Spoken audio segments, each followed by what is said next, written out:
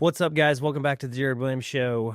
Today, I got my special guest, Mr. Eddie Barkhurst here. What's up, Captain? Not a lot, man. How are you? I'm doing good. Today, we're going to talk about the number one thing that probably is going to sink most businesses the second you start hiring employees, which is your culture. And we're going to give you 10 very distinct things that you can work on, and we're going to discuss through so that you understand them to help fix your culture. And for us, we got so far with not really understanding culture, but the second we started to understand culture, it really changed our business around massively. Yes, it did. Massive difference. So if you've never thought about culture, you don't understand culture, or you don't know what culture is, or you don't know how to affect the culture, this is the episode for you. But before we get to that, I got to talk to you guys about my favorite person or my favorite company, PlumbLine. Go to PlumbLineAnswers.org. They are a 24/7 answering service. So they will answer your phone all day long and book calls straight into your CRM. They have U.S. agents live in the U.S. speaking normal English, booking calls for you, and they're really, really, really good at it. So if you are a one-truck Chuck and you just can't get to your phone all the time because you're in a crawl space or talking to a customer, or it's nighttime and you don't want to have to answer your phone after hours, PlumbLine's the company for you. If you're a, multi-person business, you've got CSRs answering your phone. There's times where even if you have 2 CSRs, you need 3, but it doesn't make sense to hire 3. That's where PlumbLine comes in. If 2 of your CSRs can't get to the call, they can get to it and get it booked.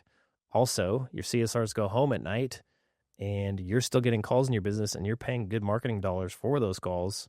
Have PlumbLine answer the calls and book them on your schedule so you wake up in the morning with calls on the schedule. It's an awesome thing. Go check them out at PlumbLineAnswers.org. Tell them you heard about them from the Jared Williams Show or the Wealthy Plumber, and you will get 1 week of free booked calls. I guarantee you'll love them. Go check them out. PlumbLineAnswers.org. It's a sweet deal. Talk about something that'll kill culture. Not having enough calls on the board. Yes. Yeah, you could be doing lots of things right, but if the guy's got nothing to go do and generate their own money, then that's going to crush your culture for sure. Yes, it will. Yes, it will. Okay.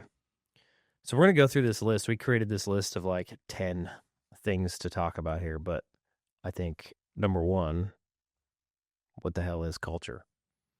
So you told me when I first started working for you that one of my roles was going to be to protect the culture. Yeah. And I was like, and I blindly said, okay, sounds good. But you say a good word. I said, I'll figure out what culture means later. I got no idea what it really means. And then we got into it one day talking about culture. And I specifically asked, what are you talking about? What is culture? I had no clue. I didn't either. And we kind of talked, we were talking to Eric Gettinger about it, and I got a little bit of a vague understanding about what culture is, and then from that drew what my responsibilities would be if I'm supposed to protect the culture, and this is what culture is. I can kind of understand what my responsibilities are, but I didn't really get a good idea of what that was until I read that book, The Road Less Stupid, and in that he described culture in a way that I understood, that I finally was able to understand. I never understood before, but Which was culture is every relationship has a culture, and it's basically the behaviors which are tolerated. The culture of a relationship defines the behaviors which are tolerated or not tolerated. My wife and I have a culture in our relationship, and the things which defines how we treat each other, like how I treat her and how she treats me, what's tolerated, what is not tolerated within that relationship. Like my relationship with the boys tolerates a certain level of back and forth or giving each other shit that my relationship with my wife does not tolerate. Mm-hmm. So those 2 different relationships have 2 totally different cultures. Yep. And I can't bring the things from this relationship into this relationship. And vice versa. Some of it's shared, some of it's not shared, though. They require 2 different Eddies as well. Yeah, 2 different people, yeah. I watched the Alex Hormozy episode with what's his butt? Tony Robbins? Tony, did you watch that? I didn't watch it. I've seen pieces of You it. should watch it. It was good. Have you seen the Tony Robbins Netflix documentary? I have not. So I watched that. It made me hate but respect Tony Robbins because I was like, I'm never going to a Tony Robbins event ever in my life because I don't want to get called on to roar like a lion in front of a bunch of people. So I'm just never going to put myself in that situation. But I was like, dang, man, this dude's been doing this for 30, 40 years, holding these events. And it is a performance. It's insane. Like he has mastered that performance. And he's worked with a bunch of great people. It's crazy, actually, when you dig into what Tony Robbins has done in his lifetime. It's pretty impressive. Anyway, watching that interview, he was talking to Hormozy, and one thing that I've always kind of been like, maybe, I don't know, pride myself on a little bit is that I'm the same person at work that I am at home, that I am on Saturday, that I am if I go to church, I'm the same person. But it's not really totally true because the cultures when I'm sitting at home with my wife, or the culture when I'm at work, or the culture when I'm at church, those are vastly different cultures. And the way that I actually behave requires a different version of myself.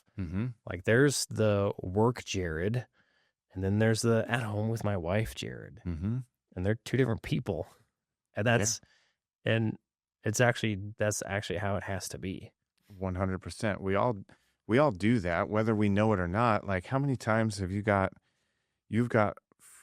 like these types of friends that you hang out with, and then you've got these other separate types of friends that you hang out with, and you don't mix friend groups because like the dynamic between you and this friend and the dynamic between you and these friends works independently, but not together. You won't invite those 4 people over at the same time just because that culture just wouldn't work. Right. So like we all understand what culture is, even if we can't really articulate it, but like we get it. I totally agree with you. Personal Eddie is a completely different person than professional Eddie. And I think he has to be. Like I don't need some of the same things. So the things I do at work and the way that I have to behave at work don't necessarily serve my family life. And the things I do in my family life would not serve the people that I work with. Right. Like I'm not hugging the boys and slap them on the butt and saying, have a good day out there. Call me if you need anything. But I still need to support them and like go out there, but you need to go take care of what you need to take care of. And if you can't handle it, then call me. I don't say that to my wife. It's a totally different dynamic. Totally. And so you define culture as it's the way we treat each other. Yeah. Basically. Like what behaviors are acceptable or not acceptable in our interactions. Yeah. And is it the I mean, I guess we'll get into this, but is it the behaviors that we allow that create the culture, or is it the culture sets the behaviors that are allowed? I think the behaviors that are allowed, I guess I never thought about it, but I think the behaviors that are allowed is what defines the culture. And so if you allow disrespect, you know, if one of your technicians just comes in with a terrible attitude and is incredibly disrespectful, then that will allow or will signal to all onlookers or everyone in attendance that, oh, shoot, blatant disrespect first thing in the morning on a Monday looks like it's tolerated. This changes how I have to operate. I've been showing up and being nice to everybody on Monday, but this guy doesn't have to. Sweet, then I don't have to hold back anymore. And then you build a culture of disrespect. Yeah. Yes. Okay. So then is it like on the flip side of that, like that's a pretty obvious one. We allow somebody to come in and disrespect our CSRs. We build a culture of disrespecting our CSRs. And your CSRs are not going to like that No. or enjoy that. They're all going to quit. On the flip side of that, though, then if I bring in donuts all the time and supply them for my guys, does that build a positive culture? It sounds like it. Like initially, it Mhm. sounds like, well, shoot, people will appreciate this. And so then if they appreciate it, that's probably going to get better behavior. So why not? Like, what's a dozen donuts once a week cost, or 2 dozen donuts once a week? What does that cost? Mm-hmm. Um, and initially, it sounds like a great idea. Mm-hmm. And it sounds like it's worth the investment. Say you spend $50 on donuts once a week. Yep. But and people will rationalize this by saying, I'll spend $50 on donuts on Friday. That's $2,400 a year, by the way. And so but it's going to turn out much more than $2,400 a year, because the attitudes will be high, productivity will be high, and it all sounds good on the face of it. Yep. But the problem is that only works as long as you maintain that investment. Right. Um, It's actually $2,600 a year. yeah, it's getting If worse. you don't do it by the the more month, we you do think it by the about it. week. There's 52 weeks. Yeah. So the investment of $2,600 a year to increase productivity, who wouldn't do that? Yeah. The downside of that is if there's ever a situation where those donuts don't show up, whether it's because you choose to no longer provide the donuts, or because the donut shop is closed, or Yep. in an instance that I've seen, the guy who picks up the donuts had a medical emergency the night before and was not able to place the donut order. Well, guess what that does to the team's attitude? For the last 10 years, donuts have been here, and now today they're not. What the hell is going on? Yep. This is not what I signed up for. Donuts are supposed to be. Yep. And I'm pissed. I'm pissed. Somebody better go get some friggin' donuts. Where's my apple fritter? I'm supposed to get an apple fritter every Friday morning, and the culture in that place was, don't touch the apple fritter. That's Matt's. Don't touch it. I don't care if you like apple fritters. That is Matt's. Yep. And if he doesn't get it, then hell hath no fury like a man without his fritter. So then is that because we hired ungrateful people, though? Or is that because people are naturally ungrateful? I think the response to that would vary greatly depending on the person. Sure. However, we hire a bunch of people. Ideally, they would all be grateful. Yeah. But I think that the difficult to predict side effect is entitlement. You're creating a culture of entitlement. I am entitled to donuts now. Yeah. Because I work here, I am entitled to donuts. It could start out as a perk, and like, who knows what the origin of the donuts was. It could have been, we hit a productivity goal, and because we hit the productivity goal, or we got that job out in an unrealistic timeline, I got you guys donuts. But then now people, the hands appreciate those donuts the first time, and they want to do whatever's required to keep those donuts coming. And if the donuts stop coming, now all of a sudden they feel unappreciated. So how about the guy anybody who complains about the donuts not being there, we just fire them?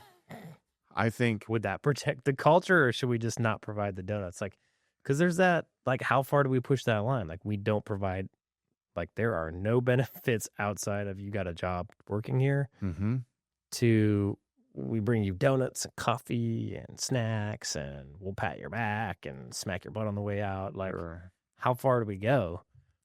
I know you got to draw your line somewhere. Yeah. Like, if you listen to Jordan Peterson, he's like, no matter where you draw your line, it's going to seem arbitrary, but you have to draw it somewhere. Right.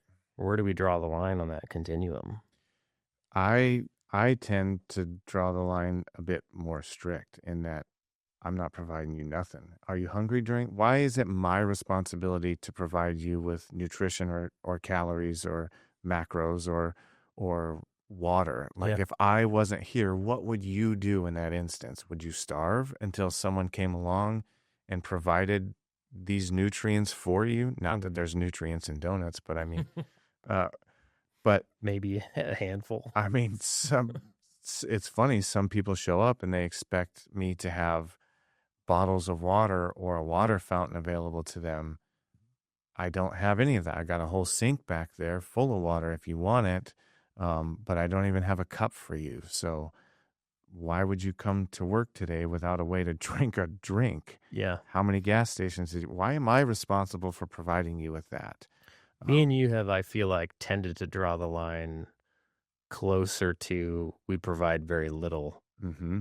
Like, we provide you with a great opportunity, all the tools in the world to be successful. But when it comes to like bringing you water bottles or supplying you with snacks, we're like, nope. Right.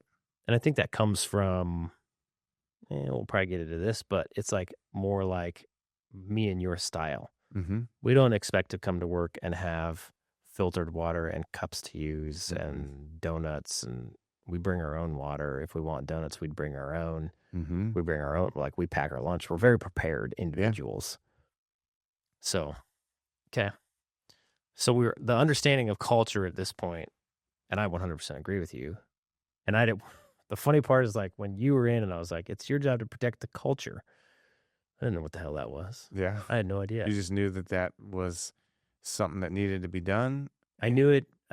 Based on books I read, it was Mm-hmm. like culture. And I could understand there's like when you walk into a business, there is a aura and a vibe about the business that creates the productivity that happens at that company. But I didn't know like how that gets built.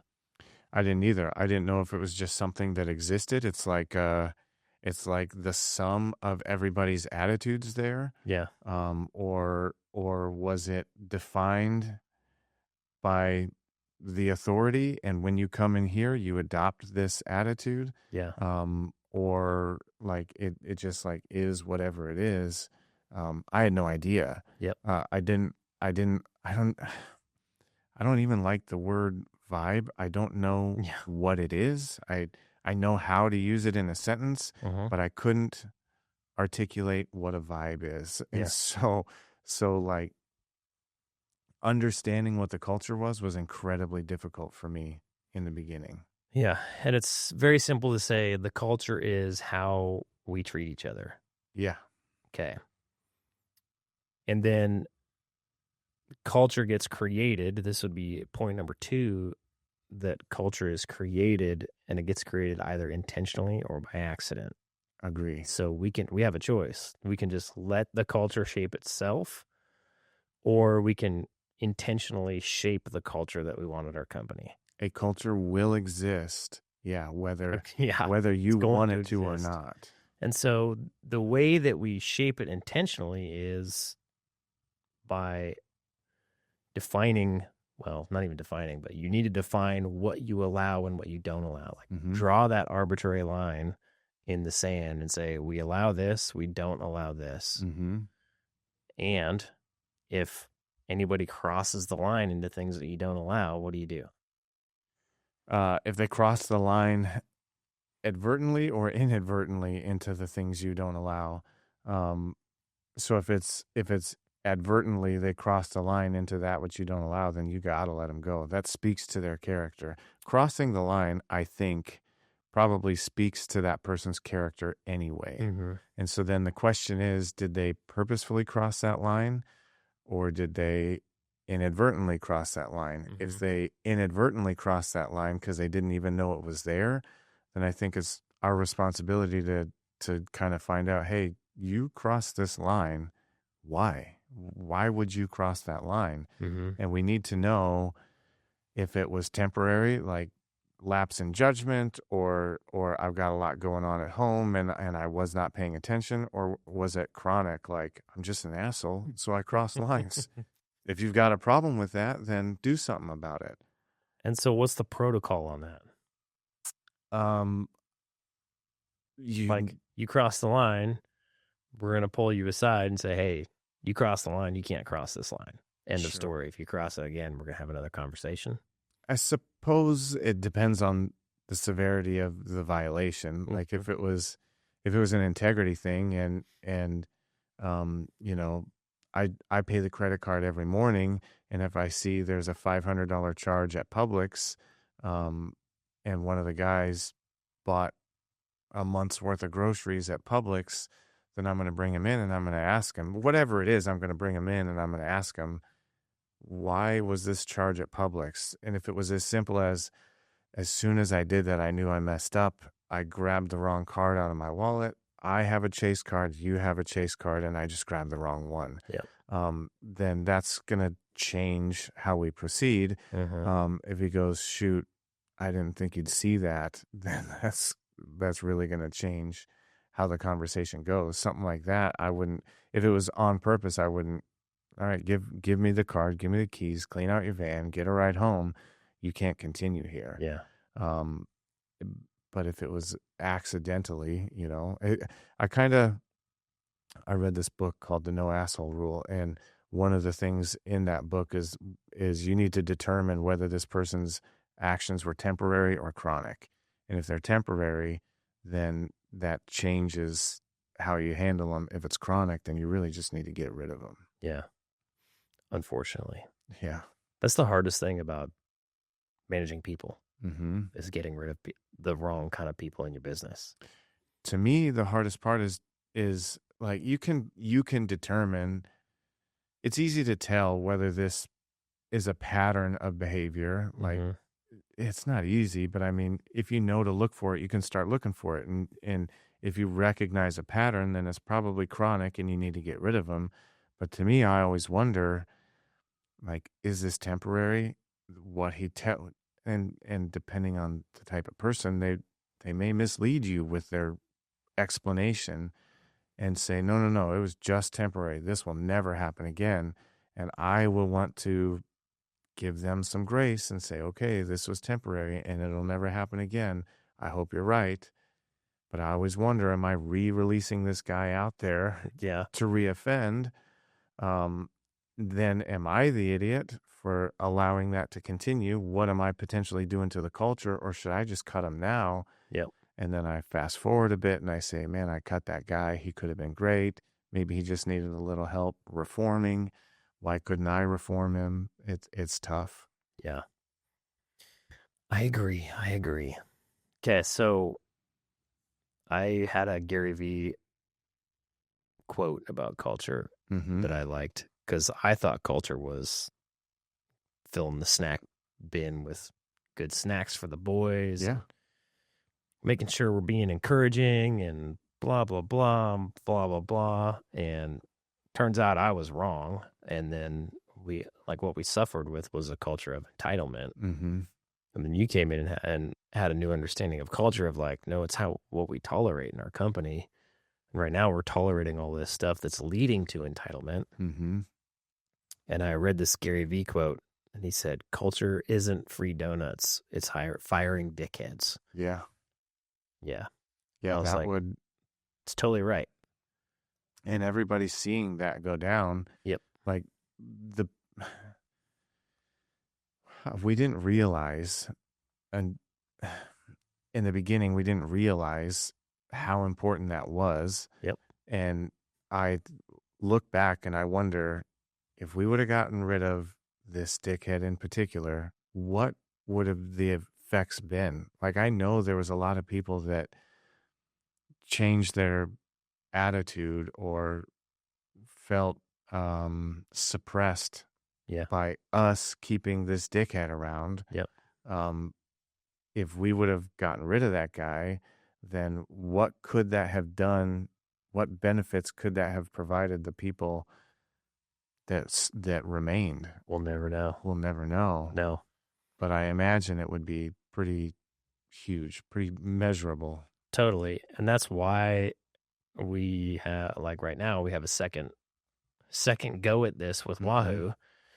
And we're like one of our core values is, I mean, it's no BS, but in there, it's like, we leave the following things at the door. And it's like, no assholes, basically. Like that core value was almost no assholes. And then we're like, let's not be so negative and let's include a few other things in there that we don't want to tolerate. So we called it no BS, but highly important to me and you.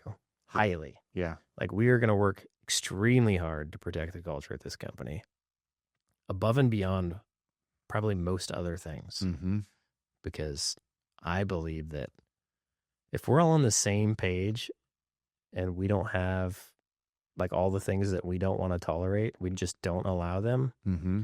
I think we will make way more money Yeah. and we'll have way more fun doing it. Mm-hmm. And it'll be way easier because we've got all the right people. Yeah.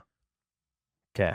And there, yeah, a whole lot less effort, especially from management in trying to, will you just please play along? Like, if you don't have to do that, Yeah. then you can spend your time doing a lot more valuable things. Yeah.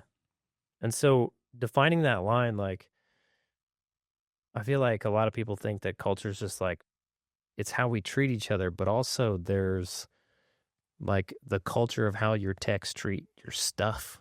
Mm-hmm. So, do that are like, if you tolerate dirty vans, you're going to get dirty vans. Mm-hmm. If you tolerate them not following your system, you're going to get people who don't follow your system. If you tolerate people being late, you're going to get people being late. Yeah. If you like anything you tolerate, you're going to get more of. Mm-hmm. So if it's something that you don't want in your company, you have to say, we don't tolerate this here. And the second somebody is an offender of that, you have to nip that in the butt instantly. Yeah. If you tolerate people not wearing your uniform, guys aren't going to wear your uniform. And people who watch are going to say, well, I don't want to wear this stupid uniform either, so why don't I just not wear it? He doesn't have to wear it, so I'm not going to wear it. It's contagious, And yeah. all of a sudden, nobody's wearing your uniform. Or Mhm. maybe they got the polo on, but it's not tucked in and you want them tucked in. Or it's filthy. Or it's filthy. Or they've got a Vans hat and your polo on and you want them to wear your hat and your polo. Mm-hmm. And it's funny because like we get people complaining to us all the time. How do I get my guys to wear the uniforms? They just don't wear their uniforms. Well, you tolerate them not wearing their uniforms, and so they don't wear uniforms. How do I get my guys to perform? You don't tolerate underperformance. Yeah. And you'll stop getting underperformance. You can hire guys that want to perform. I think that human nature, like a human being's default, is chaos. And it kind of wired for efficiency, not efficiency in the way you or I like. Yep. Efficiency as in like survival. They don't want to. I don't want to get up early because getting up early is hard. It's a lot better to stay in bed. Yep. I don't want to climb up there with this because this is heavy and I don't want to do it. Yep. I think human nature is defaults to what is most efficient. Mm-hmm. And so an authority, whatever that authority is, whether it's the law or your own standards for yourself or spiritual authority or whatever that authority is, puts these guidelines in place to kind of keep you from defaulting to your efficient or chaotic ways. And so for us, we're the authority on employment here. If you want to work here, then the guideline is you get here on time and you show up clean and you behave in this way. And if you slack on any of those, then they're going to say, sweet, why don't I just fall back to my default of being super efficient and I get there when I get there. And if I had time this morning to clean up, then I show up clean. And if I feel like it, then I'll operate according to that attitude. And if that's what you tolerate, then that's exactly what you're going to get. You're going to get what each individual person's default is, which is chaos. You're not going to like it. I 100% agree. Totally. So what is the owner's role in culture? You have to define the standard, figure out like the product you want to deliver to your customers. That whatever that product that you want to deliver entails certain things. And if being on time is one of them, maybe your area is full of contractors. That's pretty typical. Contractors don't show up when they say they're going to. And if you set out to build a business where the only thing that really matters to us is showing up when we're supposed to, then you need to develop the standard of we start work on time and we adhere to the the promise of showing up when we tell the customer. Develop that standard, define what that standard is, deliver that standard to your people, but then you need to be the example to follow on that standard. If you show up late, or if you're late all the time, then they can know what the standard is. You can have it printed out and hung on the wall, but if you don't live that standard yourself, then why the hell would they? Like, rules for thee, but not for me. Nobody respects that. No. You know yourself you wouldn't deal with that. So why would they? So you have to embody that standard. So then from like a owner's standpoint, like I feel like I knew what the company was about and what we didn't want to tolerate, like what we didn't want to happen. And then that got passed to you. Like you had the overall goal of the company, and you as the manager, and I probably should have done this for you, but thankfully you did it anyways. But you said, okay, well, this is the outcome that is desired. And so what are the behaviors that we need to happen in order to continue to get this outcome reliably? And you created a line in the sand and said, okay, these are the behaviors that we need to stop tolerating, that we're currently tolerating, because they're the ones that are stopping us from getting this outcome. So, because I feel like there's probably a lot of people listening to this who are the owners and the managers. Like they're the GM in their company, and maybe they've got guys and they're struggling with managing them, and it boils down to culture. They probably don't even know it, right? Sure. And then there's probably guys listening to this who have managers. And so you need to go to your managers and be like, this is the result we want. These are the behaviors that we don't want to tolerate. You need to not tolerate those in your managers, number one. And then you need to pass that on to your managers and say, you cannot tolerate these with the people that you're managing. Just set that standard. Have a leadership meeting and everybody get on the same page. Yeah. And really, so I don't think we have this in here, but that boils down to your core values. Like all of that you should be able to clearly communicate your core values. And then when somebody shows up late or somebody's not wearing their uniform, you should be able to point to a core value on the wall that violates. Yeah. And say, well, we operate on these core values and this is not aligning here. So we can't do that. Yeah. Core values are what dictates behavior when I or you aren't there to call it out manually. Right. And so when the technicians are maybe faced with a decision of how do I proceed on this, they should say, what would Eddie or Jared want me to do? And if they don't know you well enough to be able to call that out, then they fall back to the core values, and the core values say how we operate. The core values will tell us what to do in this situation. Not specifically if the water heater has a slight leak it's not like that, but it needs to be, okay, in this situation, Eddie, I can't get a hold of Eddie on the phone. I can't get a hold of Jared on the phone. Maybe they're unavailable on a flight, shooting guns, whatever, shooting guns, not on a flight. They're shooting guns, and so they can't take my phone call right now. What would they want me to do in this situation? Well, our core values say we operate with integrity, or we handle this type of situation in this way, so that's what I'm going to do. The core values is what dictates behavior, or what the guys can use kind of as a compass to determine what their next move is. Hey guys, real quick, if you need a good marketing agency, I've got the perfect one for you, mammothforplumbers.com/wealthy. We've used Mammoth Marketing for the last 5 or 6 years in every single company, and they've always done a great job for us. They work with plumbers specifically. They know exactly what they're doing, and they're a great agency. If you guys are trying to get more work, or you haven't marketed before, you want to grow your business, you've got to market your company. And one of the best ways to do this is to hire someone who's specifically good at marketing your very specific type of company. So go check them out at mammothforplumbers.com/wealthy. Tell them you came from the Wealthy Plumber or the Jared Williams Show, and they'll hook you up. And so this is what I'm starting to realize is that, and the longer we do this, the more I think this it's all about the people. And this is probably going to come out after my episode with Kristen Deese, but I just had her on the podcast. If you guys haven't watched it, go back and watch it. But I had her on the podcast before, like months ago, and the audio didn't record. And so we couldn't release it, but it was one of the better podcasts I did. And she said something in there. She said, it's all about the people. And beforehand, I didn't really have a good understanding of that.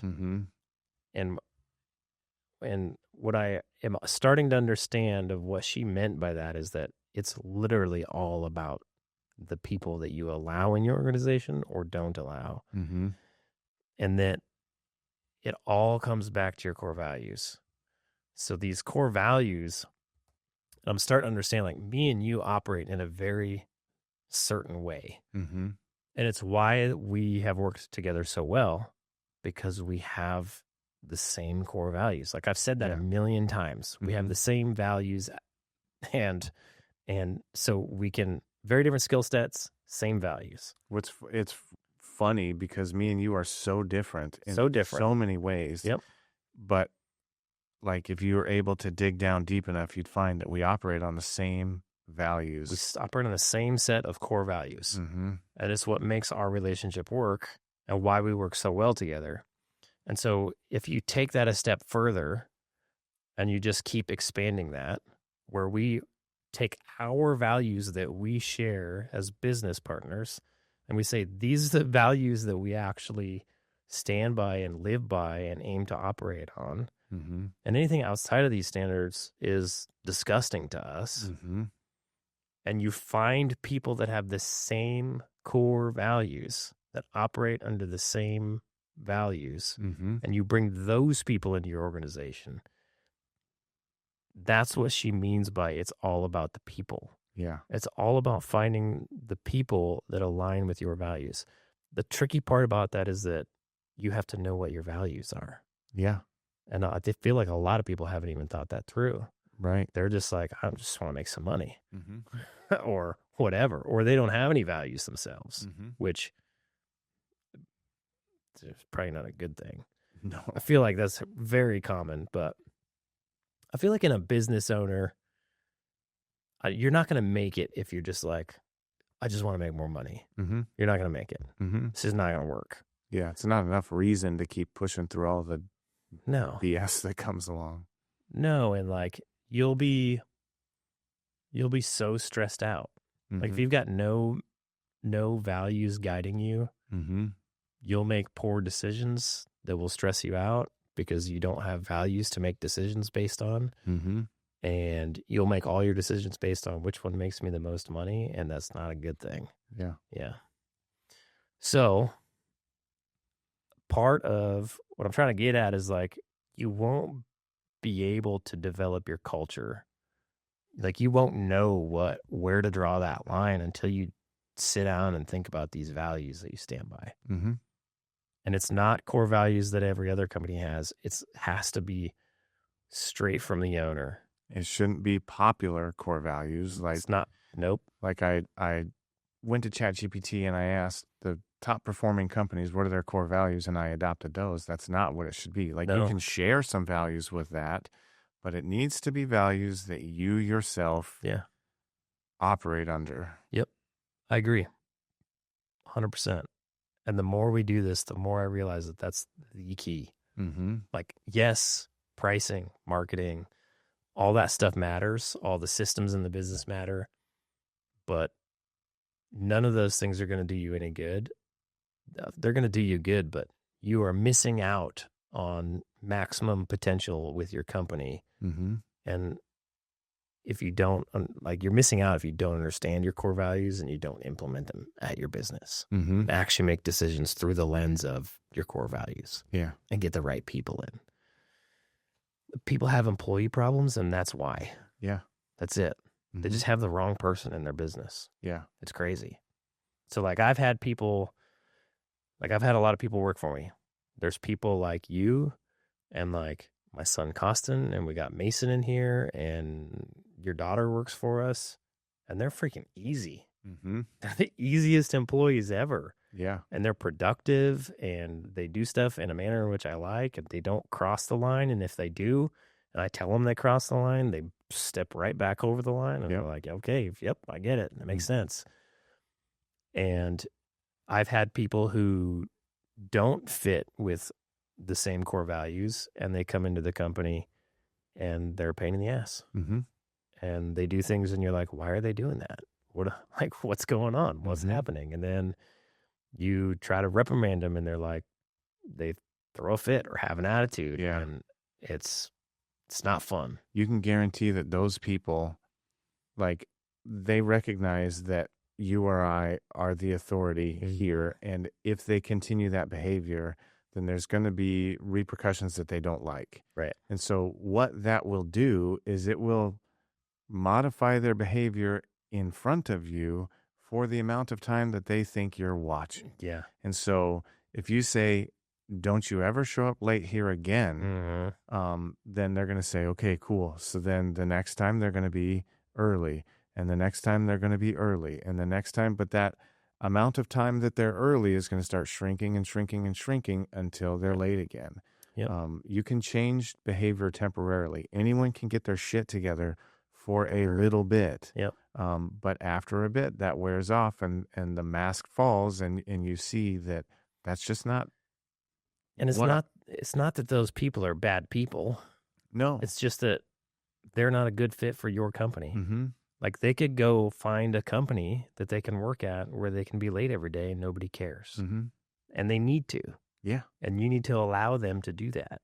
Free them up to pursue that opportunity. Yes, free them up to go find that, because they're not ever going to fit with you and your company. It's all about the people. 100%. Okay. So the owner's role then is to really, in my mind, develop those core values. Whoever's in the management seat, whether that's the owner or a manager, it's their job to enforce those core values. Yeah. And tolerate or not tolerate certain behaviors based on those core values. I agree.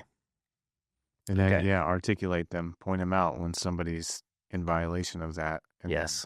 And hold them accountable. Yeah.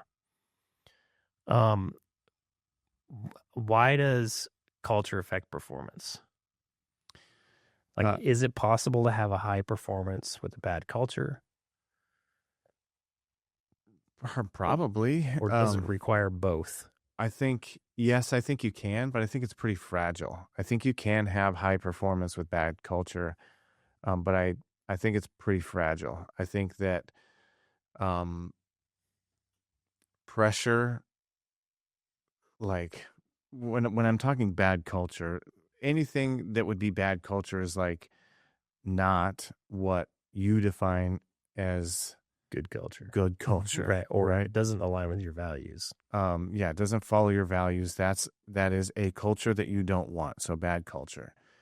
So you can have high performance with bad culture, but I think that it's short-lived. I think that the people that operate within that culture are can handle that pressure of a bad culture for a short amount of time before somebody breaks, and then it starts to fall apart.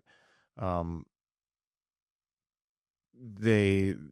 may have high performer, like a guy that generates tons of revenue, but he's an ass to the other guys on the team. The other guys on the team are like, okay, just keep it together. Just bite your tongue until this meeting is over. Then we go our separate ways, and I won't have to see that guy again until next meeting. Yep.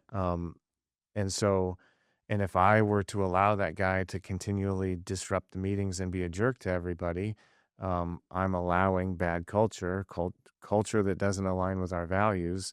And then I'm just sitting back hoping that the people who don't appreciate his behavior hang in there for a little bit. It's just a short meeting, and then you guys can go your separate ways. That's incredibly fragile. It's going to break. Yeah. But yeah, you can make tons of money. You can hit or exceed productivity numbers that you set out to hit, but I don't think that it's long lived. I also don't think you're ever going to hit your maximum performance. No, I don't think you reach your potential. No, you can definitely probably perform well, but I think you could probably perform a lot better if you focused on your culture and what you tolerate. 100%. So yes, I think you can get high performance with bad culture, but I think it's short-lived. I would agree. Okay. So then when we're talking hiring, and if we've developed our core values, we should be able to suss out, hopefully, people that don't align with our core values. And that should be well thought out during our hiring process. Mm-hmm. And then during our probationary period, we should be looking for things to tell us whether or not this person aligns with our culture. Yeah. Because if they align with your culture, they're a good fit. If they don't, your core values, if they don't align with your core values, they're not a good fit. Right. End of story. They literally, you can't have them in your company. So I think I totally agree. I think that there's probably with young hires, they're probably still more impressionable than maybe old hires. I agree, yeah. So you can hire a guy that doesn't know what his core values are, and he's like, yeah, I'll adopt core values that seem cool to me, that seem good to me, or I think I align with that core value. And so then you can bring a guy who maybe doesn't know or hasn't tried to define his core values in and get them to align with your core values. But the whole purpose of, or I guess not the whole purpose, but during their employment, the whole time it's an interview process. And what you're looking for is for evidence that their character does not align with your core values. And then you, as soon as you spot their character not being in line with your core values, you need to get rid of them. Yep, I agree. And then so if we, like on the hiring note, if we're not developing our core values and then we're hiring people that don't fit with our core values, your non-existent core values, yeah. I mean, everybody has core values, whether they know what they are or not. Right. But so then it's twofold. Like if you allow those people into your business and you allow them to stay, you're going to have high turnover on the people who do align with your core values because you're allowing people into your business that don't. And then also if you don't do a good job filtering people into your organization, but you do uphold your core values once they're in your organization, you're going to have high turnover on the people who don't align with your values. So taking these core values and hiring specifically based on your core values, very, very important. You're going to waste a ton of money on turnover if you, no matter if you draw the line in the sand or not. Yeah. If you're not hiring based on core values, you're going to have a lot of turnover, and turnover is expensive. So you can minimize that by saying, okay, this is what we stand for at this company. We filter those people out in the hiring process. We filter them out in their 90-day probationary period. And then we are extremely diligent about drawing the line in the sand and not tolerating any behaviors that violate our core values. Yeah. That will lower your employee turnover because the people who align with your values, who are actually in your business doing a good job, will stay longer because they're like, oh, hell yeah. He got rid of that guy because he didn't align with the values. Yeah. And that's awesome. I've never worked anywhere like that, ever. Yeah, well, we kind of did in the apprenticeship when you were in school. It was pretty, they had a pretty tough filter there. That's one thing the union did well. Yeah. I'll give them that. And if you didn't make it through that filter, then they didn't want you. Right. Because they knew the contractors that were going to hire you on the other side of this didn't want that type of performance either. Yep. And so, like, if you were 30 seconds late, I don't know about you, but, well, we both trained under Plute. So, I mean, you had class started at 8 o'clock. If at 8 o'clock and 30 seconds you weren't there, you just got 40 hours of cleaning the hall. You got 40 hours of cleaning. So we went to school for 2 months at a time. and it was 2 months of unpaid schooling, and you had to be on time, and if you were 30 seconds late, after the 2 months was over, you had to stay an extra week, and you spent the entire week cleaning the building. And that was late for 8 a.m. class start, Yep. late for first break, late for lunch, Yep. or late for second break. Yep. If you were 30 seconds late on any of those 4 times a day, Yep. times 5 days a week, times 8 weeks, Yep. I don't know how many that is, but if you were late for any of that. And if you were late more than 3 times, they kicked you out of the apprenticeship. Yep. Yep. So it's a pretty tough filter to get through. They drew the line in the sand and they said, don't you dare cross this or you're not going to be here. And so then what was the culture with the students attending that school? Everybody showed up on time. You don't be late. No. And if being late is part of your own core values, that's no problem. Go do that somewhere else, not here. Yep. Yeah. It was a very good example of that. Yeah. Yeah. But then afterwards, when you actually got to your contractor, like the contractor wanted you to be there on time, but they would tolerate people that were not. Yes. It was very annoying. They would tolerate a lot of bad behaviors. Yeah. Yeah. Okay. What does accountability look like to culture? I feel like we kind of already covered this. It's kind of based on severity of the offense. And then it comes from whoever is doing the managing of the people. And I like the book 1 Minute Manager, where they pull you aside and it's like 1 minute real quick, like, this doesn't fly here. You better not do this again, and we're going to have a different conversation. I like the private conversations with the guy, giving him like an honest opportunity to correct this, like, reminder, this doesn't work. Yep. And so don't do this anymore. However, I am not opposed to, what's the right word? Public shaming. Public humiliation. Yeah. I'm not opposed to that. I don't think so either. Especially if the technician demands it. Like we've had far too many instances where this one tech who insists on being an asshole to everybody will be a jerk at the meetings in public, hoping he has the backing of the mob, the hands against the employer, hoping he has the backing of the mob.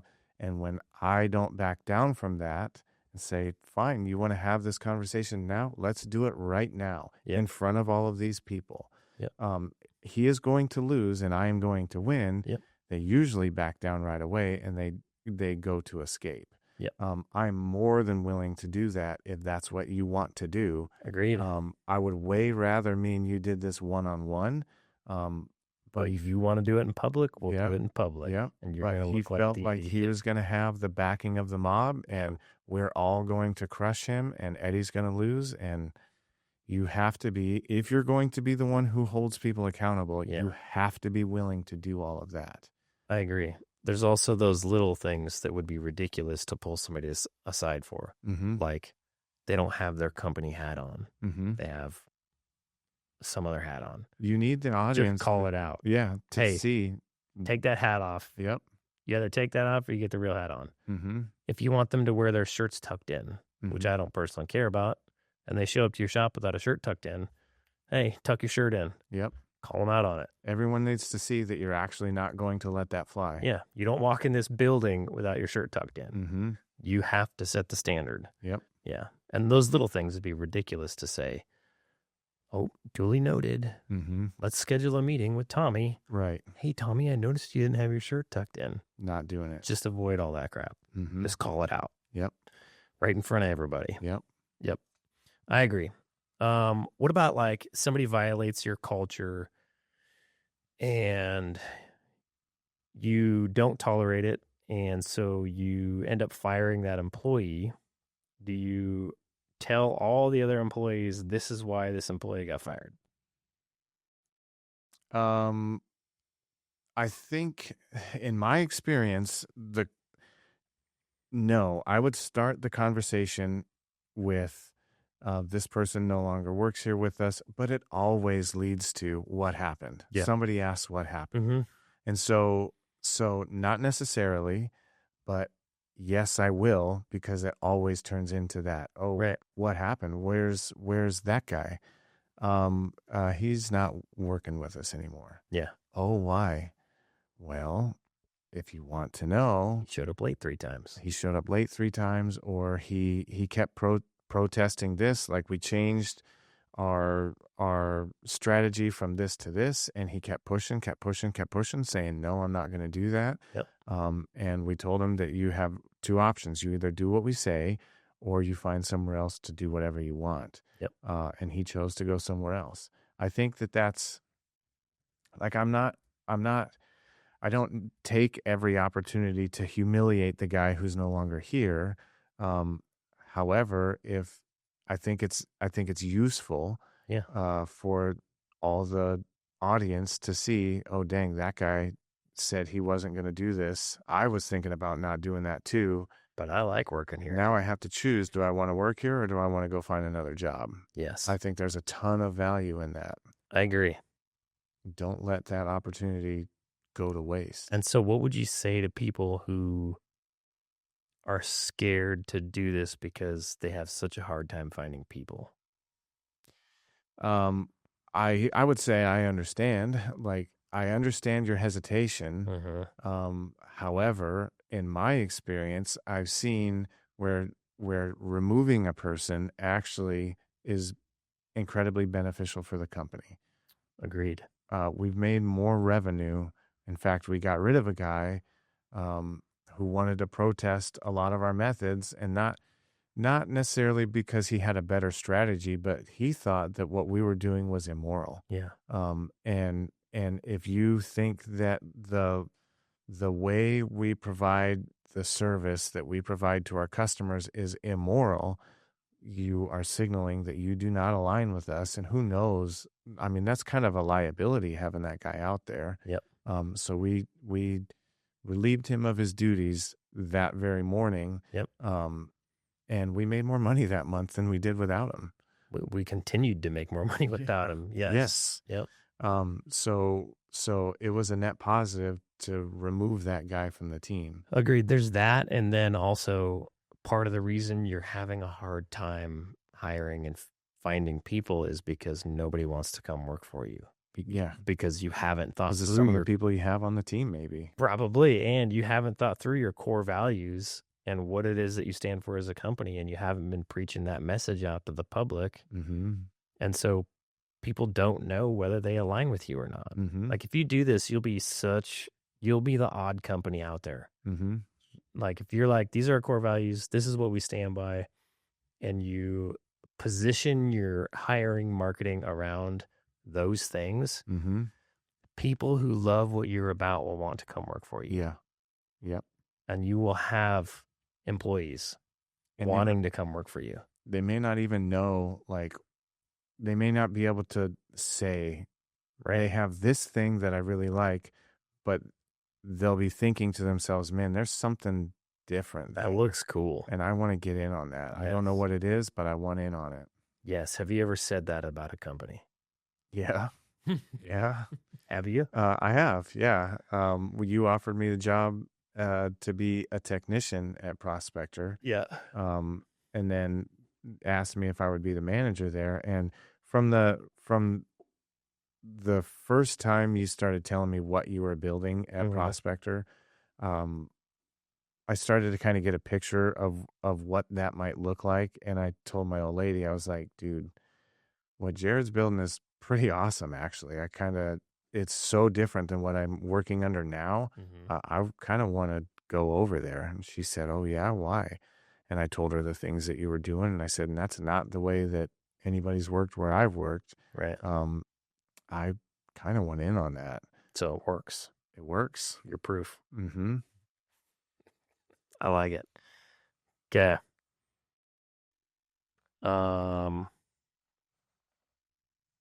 Man, we covered all these things. Yeah, we kind of talked out of order. We did. But we hit a lot of it. Yeah, and culture Culture is going to show up everywhere, not just in the field. It's going to show up in the office and in the field. It's going to show up in how your technicians talk to each other, how your technicians talk to the CSRs, how the CSRs treat the technicians, and then ultimately how everybody treats your customers. Yeah, that's a big one. That's a huge deal. The customer can tell, like, everyone says, we appreciate your business. It's even printed on the receipt that you get from everywhere you shop. We appreciate your business. But the customer can tell whether or not you actually appreciate when they do business or interact with you. And if they feel like maybe appreciated, then they're not going to flock back to your business. Right. But if they feel incredibly appreciative, or if they feel like you are incredibly appreciative of them, it's going to change how they interact with you. Yeah. From the customer standpoint, like if you think about that, if you've got a business with no values and a bunch of different people and a sour culture, and those people are going out to your customers, the customer interaction with your company is sour. Mm-hmm. Yet if you can identify like these are our core values and here's how we operate as a company, and hire based on those, and then fire, basically protect your company based on those core values so that everybody at your company is living those out to the extent of which they're at least not crossing the line that you drew in the sand. That's what your customers are going to experience as well. Like the attitudes and the accountability of the people that you're sending to their homes is going to be so much better. And it's a better experience for them. You're not going to have grumpy technicians go out. You're going to have guys who are like, this is a cool job. I like working here. And I like it because they take care of their customers. And my job is to take care of this customer. Much, much more bueno. Yeah. 100%. Much more. Yeah. Again, we talked about your culture. A culture will exist at your company. It will. Whether you define it or set it or not. Yep. But like defining what your culture is and you yourself not tolerating when that culture dips, you are mandating that that culture adhere to a minimum. Like imagine the culture is equivalent to a temperature, and the temperature that we are going to deliver to our customers is a minimum 100 degrees, but you've got somebody that keeps hiring people that are single digit degrees into your company. That's going to bring down the temperature of the culture that you deliver. And if you let that stay, then the culture is not what you set it to be. The culture is whatever it ended up being, the sum or the average of what everybody you brought in. Now that temperature keeps dropping. It's don't be surprised when your business underperforms. But if you start getting rid of those people that are dragging down the culture and bring in guys that are holding a higher standard, a higher temperature of 100 degrees, and the temperature of the culture starts coming up, like, don't be surprised when you overperform. Yeah. Business will be easier. Performance will be better. Profits will be higher. You'll actually enjoy coming to work more. Like owning a business will be way less stressful. Oh, yeah. Like way less stressful because all those employees are on the same page, ready to rock and roll and kick ass for your vision. That makes that's like the greatest thing on planet Earth. So yeah, I think paying attention to your culture is probably one of the most important things. Yeah. And I think it starts all the way back at core values, and then it filters into our hiring, and then filters into where we draw that line in the sand, our accountability, and then being willing to fire the people who don't align. Take it from me. You do not want to spend your nights laying in bed thinking about another man that works at your business that's wrecking your daily productivity, your attitude. Like he wrecks your day between the hours of 8 and 4, and then he goes home and chills, and he doesn't think about you again. However, if you are trying to maintain the culture of your company, then you wake up in the morning thinking about this guy and how he's going to wreck your day and how you might be able to stop it. And you look for him to be wrecking your day all day. And then finally at 3 o'clock, he wrecks your day. And then you spend the rest of your waking hours thinking about this man and how you can fix this or reform this or change this or make it better without damaging the company. And so you spend all of your waking hours thinking about another man. You do not want to do that. No, what a waste of time and energy Dude. and effort. And sometimes it'll wake you up in the middle of the night. Like, you don't want that. Yeah. Get rid of that you don't need that. Get that out of your life. Yep. Yeah, he may be a producer and he may be bringing in revenue for the company, but get that out of your life. You do not want that, I promise. So last thing, you've got somebody listening to this who has employees and they have a terrible culture. And they're like thinking right now, man, I should probably just like go in and clean house and start over. What's your recommendation? Man, I admire the guys that can clean house and start over. A few guys in the group have done that. Calvin, I think about Calvin and what Calvin did. That takes balls, dude. If you have to clean house and start over, then go for it. Ideally, you'd have one, depending on the size of your crew, you'd have at least one guy that aligns with your core values and wants you to succeed, because if you succeed, then he gets to continue to work there and he succeeds. Like, you can work with that, and you can come in and clean house, but maybe preserve that one guy and start over again. Don't be scared to do that. It's like, you have a choice to make. Once you recognize that your culture is not what you want it to be, you have a choice to make. And it's either continue down the same path of a jacked culture, or I need to right this ship. It's not for the faint of heart. It's going to take a long time to turn this massive ship around. Ideally, everyone on the team says, yes, let's work together and turn this ship around. But you need to be looking for the people that say, I'm not helping you turn this ship around. I'm comfortable with the direction it's going. Yeah. Recognize that and get rid of them. Like, I think there's a time and a place for just clean slate. Like, if you're in a situation where you get all the way down to you or you and another guy and you can still pay the bills and make a little bit of money, fine. If you've got a bigger company and you're like, oh crap, I have a lot of obligations out there. Like, you've got bills to cover and mouths to feed, and maybe you've got a few guys that are good, but if you only kept a few guys, it's not going to cover the bills. And you're going to affect your ability to pay them, which is going to affect their ability to feed their own family. You probably need to be a little more careful about it. Yeah, start removing the most cancerous one. Yeah.